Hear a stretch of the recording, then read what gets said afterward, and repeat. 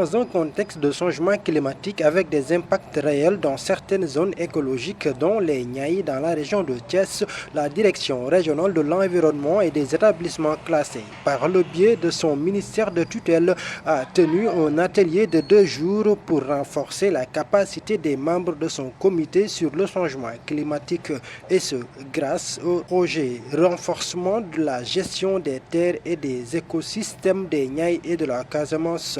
Un atelier qui a permis de revenir sur les secteurs impactés dans la région de Thiès. C'est vrai que Thiès est une région assez complexe compte tenu de sa position géographique qui lui confère quand même une façade maritime de 200 km, mais également des zones écogéographiques assez importantes du point de vue économique. Donc du coup, les impacts des changements sur ces différents secteurs quand même sont assez considérables. Si on prend par exemple l'exemple du secteur agricole, on est tous conscients quand même des répercussions quand même de la variabilité climatique sur l'hivernage actuel, qui risque d'avoir quand même des impacts considérables sur la production agricole. Et il va s'ensuivre évidemment sur l'élevage quand même qui compte énormément sur fourrage pour pouvoir quand même un tout petit peu se développer. Donc tout un ensemble quand même de facteurs qui agissent sur les secteurs clés du développement de la région de Thiès, sans oublier effectivement les ressources en eau qui sont quand même assez importantes au niveau de Thiès, d'autant plus que la plupart quand même des forages qui alimentent la région de Dakar sont implantés au niveau de Thiès. Et je pense que ça peut également influencer un tout petit peu le système de recharge des nappes, du coup quand même agir sur le niveau quand même des nappes souterraines.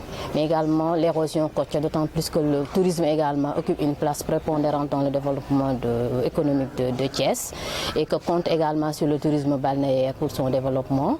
Là également, il faudrait quand même un tout petit peu s'attendre à des perturbations sur carrément le développement de ce secteur quand même qui mérite une attention particulière. Dans sa communication, le chef de la division changement climatique au ministère de l'Environnement a donné des informations aux membres du comité de Thiès sur les accords de Paris, mais également sur la politique nationale ainsi que sur le plan national d'adaptation.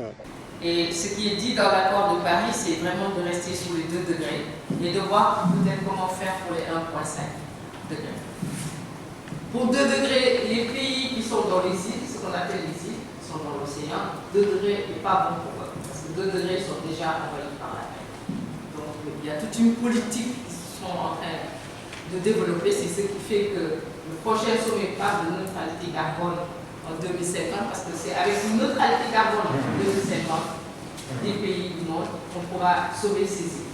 Et si nous allons tous vers les 2 degrés, ces îles sont fortement menacées de disparaître. Et nous avons des cas au Sénégal, nos îles, nous voyons déjà comment la mer envahit nos îles. Donc voici un peu tous ces événements de négociation jusqu'à Paris qu'on a eu à vivre et sur lesquels nous sommes. Maintenant, comment nous travaillons par ça? À Paris, le Sénégal a pris un engagement. C'est ce qu'on appelle la contribution déterminée nationale. Chaque pays a fait le même, idem comme les États-Unis. Et chacun a exécuté cet engagement. Cet engagement entre en vigueur à partir de 2020. Ça veut dire qu'à partir de 2020, ce que j'appelle le contrat à rebours démarre. Maintenant, au niveau national, comment on fonctionne? On a un cadre qu'on a mis en place, comme l'a dit M. Diop tout à l'heure. On a un COMNAC qui est là depuis 1994. Donc nous, on l'a trouvé ici. C'est à partir de 2011 qu'on est revenu de Copenhague, Maître Ablaïon. On a fait instaurer le degré pour mettre en place le COMNAC. Et après, il a été demandé que dans toutes les régions, qu'il y ait des plateformes. Cet atelier de 2 jours a ainsi permis aux membres du comité d'être sensibilisés sur les enjeux du changement climatique et leur impact aussi bien sur le plan local que national. D'où l'urgence d'une synergie des efforts pour apporter des solutions adaptées. Maintenant, qu'est-ce qu'il faut en termes de réduction de cette vulnérabilité? Il faut jouer sur 2 éléments essentiels, l'exposition et la sensibilité. L'exposition, c'est-à-dire voir des mesures structurelles, soit des équipements de protection comme des digues pour l'érosion côtière, des épis. Je pense que je vais revenir là-dessus, il y a un projet important qui est en train d'être déroulé au niveau de Bourg, mais également à travers des mesures non structurelles, comme des actions de prévention. Essayer de voir comment réglementer l'aménagement du territoire, c'est important. Il faudrait qu'on essaye de voir un peu le zonage en termes d'occupation et de non-occupation pour permettre à ce que l'ensemble des écosystèmes puissent vraiment quand même jouer pleinement leur vocation, leur rôle. Mais également informer et sensibiliser les populations par rapport à ça. C'est important qu'on ait des experts, mais il faudrait également les populations puissent également être sensibilisées, informées sur les enjeux et qu'elles puissent également s'impliquer dans cette lutte. Pour maintenant jouer sur la sensibilité, là je pense qu'il faut adopter des stratégies d'adaptation, diversifier selon les secteurs. Il faudrait voir pour chaque secteur d'activité, et je pense qu'on a eu à le faire. Ma collègue va revenir là-dessus au niveau de la CDN, on a eu à proposer des stratégies d'adaptation pour un certain nombre de secteurs clés du développement. Maintenant, pour finir, compte tenu de tout cela, qu'est-ce qu'on a eu à noter comme intervention qui se sont déroulées au niveau de la région pour prendre en charge un peu ces éléments? Il y a eu des infrastructures de protection, comme je l'ai dit par les professionnels. Quand vous allez au niveau de nous, il y a presque les hôteliers qui ont eu à faire des aménagements devant le secteur pour pouvoir se protéger contre l'avancée du niveau de la mer. Mais je pense que c'est perdu parce que ça ne permet pas de résoudre le problème. Il faudrait le prendre quand même dans sa globalité pour mettre en place une stratégie qui permet en compte l'ensemble de ces enjeux.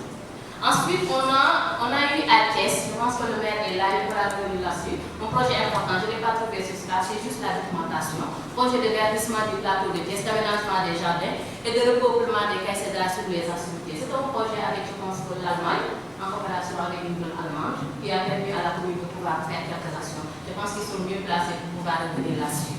Selon le chef de la division climatique au niveau du ministère de l'Environnement et du Développement durable, il faut un changement de comportement à tous les niveaux, population, collectivités territoriales et même des décideurs politiques.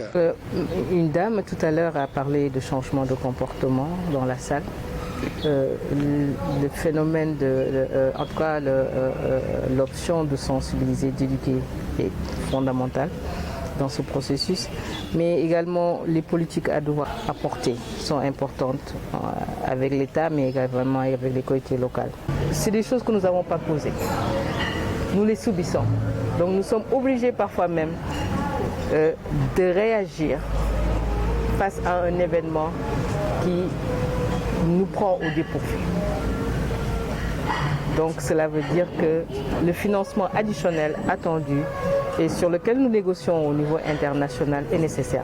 Mais au niveau international, comme je l'ai dit, nous discutons sur les intérêts du Sénégal, comme nous discutons sur les intérêts de l'Afrique par rapport à la question climatique et par rapport aux engagements que l'Afrique doit prendre sur cette question climatique.